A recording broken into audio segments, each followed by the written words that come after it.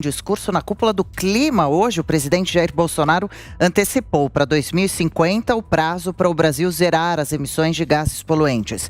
A meta anterior, definida no ano passado, era que o país alcançasse a neutralidade climática até 2060. Bolsonaro também destacou as medidas de fiscalização do governo para acabar com o desmatamento ilegal. Vamos acompanhar. Medidas de comando e controle são parte da resposta. Apesar das limitações orçamentárias do governo, determinei o fortalecimento dos órgãos ambientais, duplicando os recursos destinados às ações de fiscalização. Mas é preciso fazer mais. Citando dificuldades financeiras, o presidente da República voltou a convidar a comunidade internacional a contribuir com recursos para a preservação da floresta amazônica. Ouça. Diante da magnitude dos obstáculos, inclusive financeiros, é fundamental poder contar com a contribuição de países, empresas, entidades e pessoas dispostas a atuar de maneira imediata, real e construtiva na solução desses problemas. Pouco depois do discurso de Bolsonaro na cúpula do clima, o ministro do Meio Ambiente, Ricardo Salles, concedeu uma entrevista de imprensa à imprensa em Brasília. Seguindo a linha do presidente, ele afirmou que a redução do desmatamento ilegal depende de ajuda internacional. Vamos ouvir o que disse Salles. 2030 é o limite, mas nada nos impede de ir reduzindo o desmatamento desde agora. Para isso, o governo coloca os seus recursos de agências ambientais, Polícia Federal, logística das Forças Armadas. O ministro ainda disse que o governo vai dobrar o orçamento deste ano para ações de combate ao desmatamento ilegal na Amazônia. Acompanhe. Se houver disponibilidade, o presidente vai dobrar o recurso. E isso é importante porque dá justamente sustentação a esse pagamento que eu me referi há pouco. As equipes da Força Nacional, que podem aumentar substancialmente e que se somam, é importante deixar claro, aqui não é substituição, elas se somam ao que já tem de equipes e logística do IBAMA, do ICMBio, da Polícia Federal. Eu lembro a você que, se quiser, tiver interesse em acompanhar o discurso na íntegra do presidente hoje na cúpula do clima, você encontra disponível na página de Os Pingos nos Is. Deixa eu fazer o nosso contato com Brasília agora de novo, então. Zé Maria, qual foi a repercussão por aí do discurso, da participação do nosso país hoje na cúpula? Foi positivo, Zé? Houve uma repercussão boa, né? Era uma participação muito esperada. Os partidos de oposição, evidentemente, questionaram o que eles chamam de seriedade de propósito, ou seja, a possibilidade de cumprir essa meta autoestabelecida pelo governo brasileiro. Mas até os partidos de oposição, Adriano, admitiram que se tratou de uma participação boa e uma meta que agrada aos ouvidos dos ambientalistas. Mais uma vez, um grupo, né, de brasileiros que tenta jogar aí o que Lei Medina chama jogar contra o time de fora, né? Tenta dizer ao governo americano para não acreditar, não dar crédito, não financiar, não participar desse esforço do Brasil para a preservação da Amazônia, mas houve sim uma repercussão positiva. O que a oposição jogou dúvida é sobre a possibilidade de se cumprir essa meta. Agora, os analistas aqui ambientais dizem que o governo tem agora que cumprir, porque quando se compromete, quando se fala publicamente, oficialmente, numa reunião assim como essa da cúpula mundial sobre o meio ambiente, com a participação de 40 dos maiores países do globo, né? É preciso cumprir.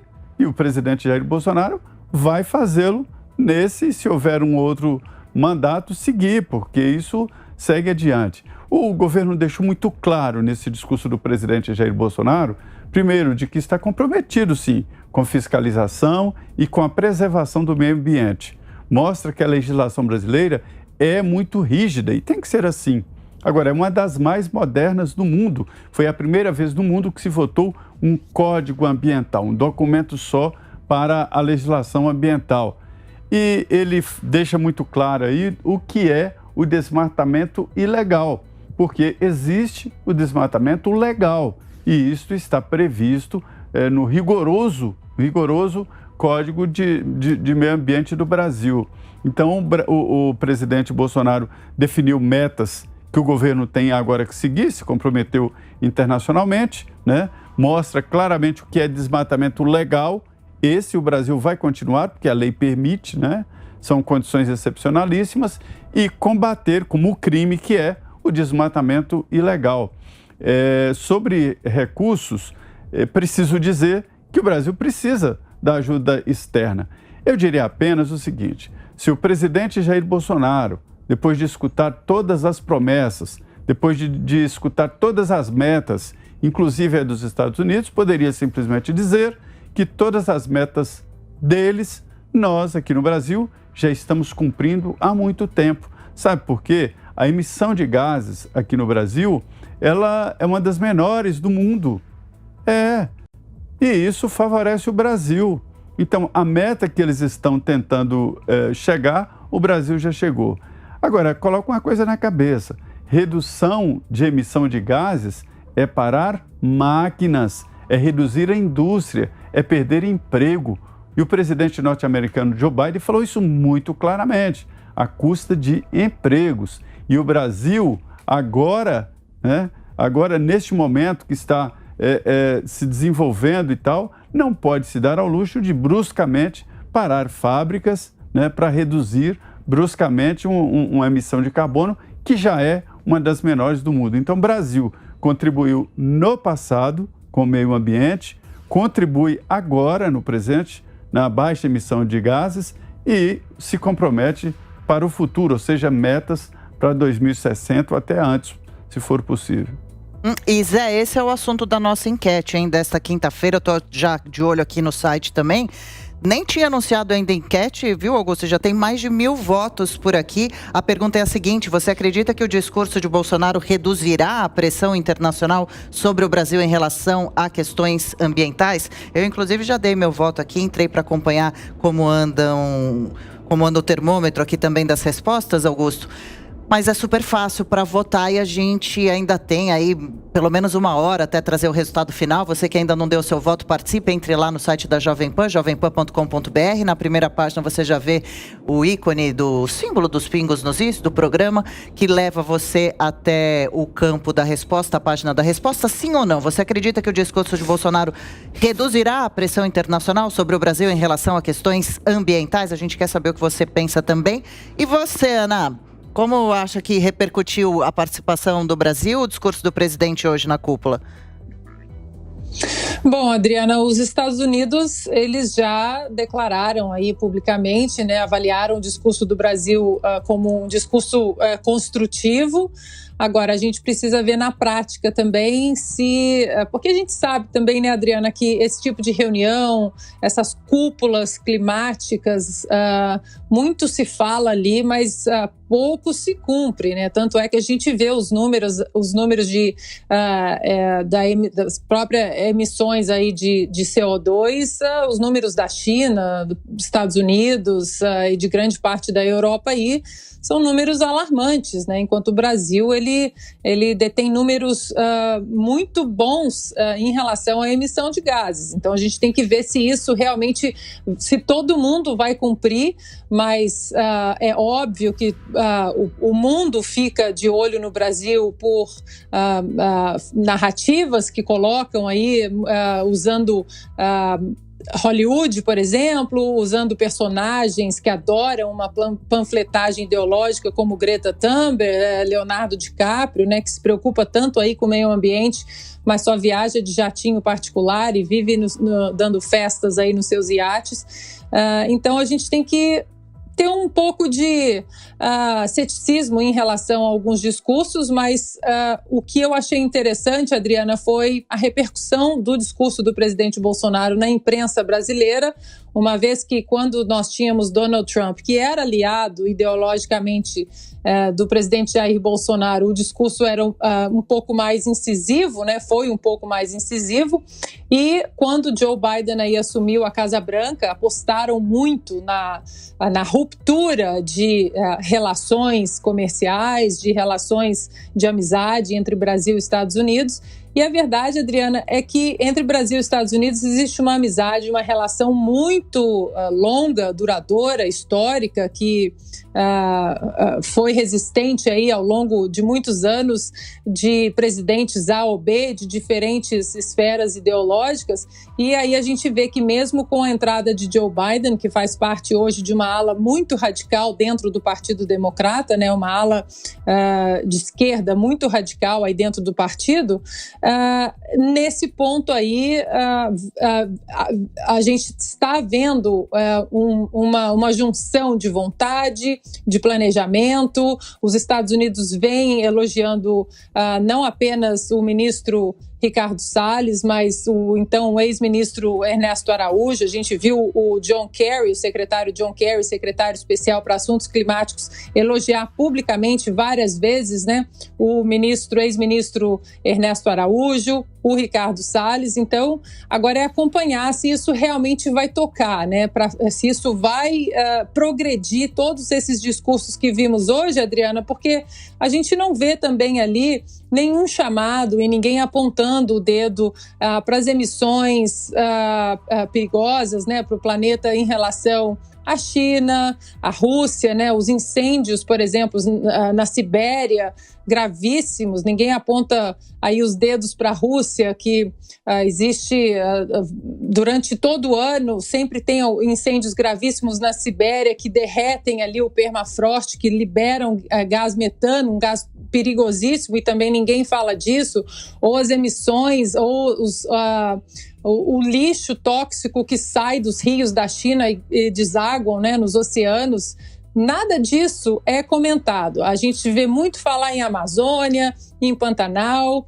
Então, eu acho que o discurso do presidente foi pacificador, foi um passo aí dizendo, olha, eu estou a fim de conversar, eu não sou isso tudo que estão pintando, né, que eu seja.